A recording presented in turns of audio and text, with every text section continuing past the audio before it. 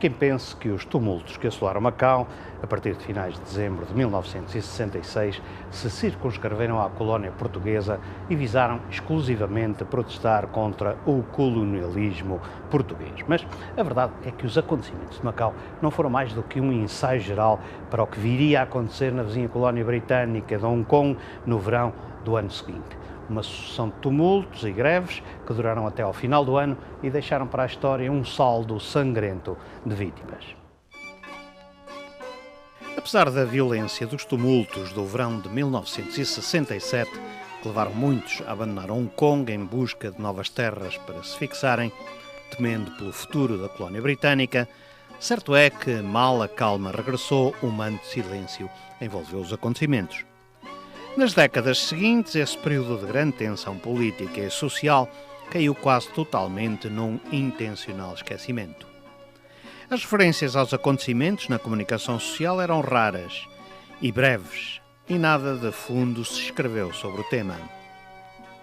O primeiro livro sobre o assunto veio a público em 2009, mais de 40 anos depois da eclosão dos tumultos e 12 anos depois da transição da soberania de Hong Kong para a República Popular da China.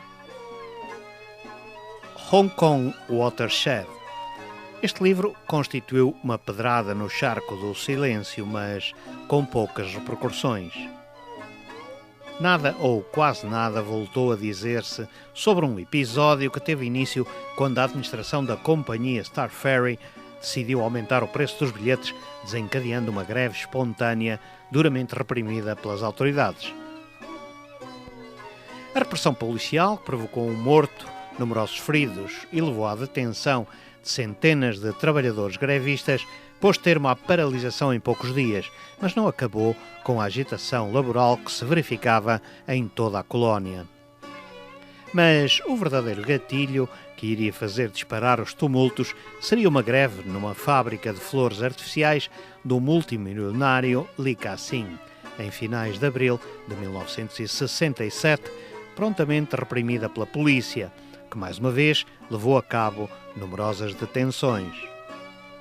Os jornais afetos à República Popular da China ampliaram a questão, protestando contra a violência policial e contra as condições de trabalho vigentes na colónia, apelando a uma greve geral.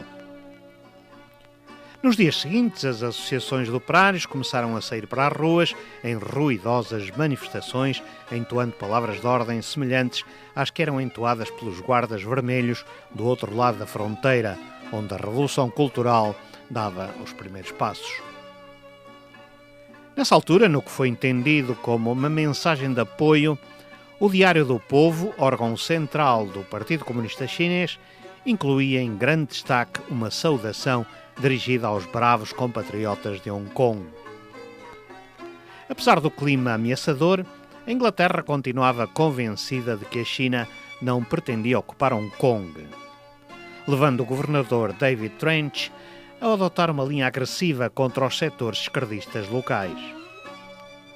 A resposta à posição de força do governo foi o lançamento de uma campanha bombista por todo o território, durante a qual os peritos em minas e armadilhas não tiveram mãos a medir, a despoletar bombas um pouco por todo lado. O mais grave incidente ocorreu durante um ataque à esquadra de polícia de Sha Tau Kok, junto à fronteira, que levou à primeira intervenção militar no processo, com o envio de um destacamento do regimento de Gurkhas para dominar a situação, que se saldou na morte de 3 polícias britânicos e 2 chineses.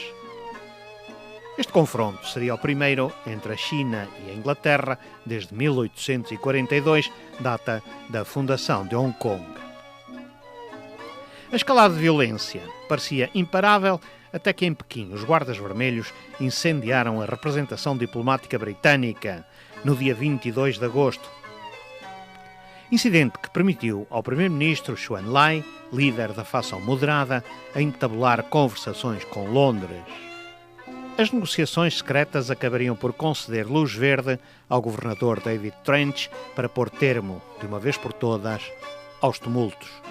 A polícia, conhecedora dos locais onde encontrar os dirigentes estudantis e os grevistas, levou a cabo uma verdadeira vaga de prisões que encheram a prisão de Stanley.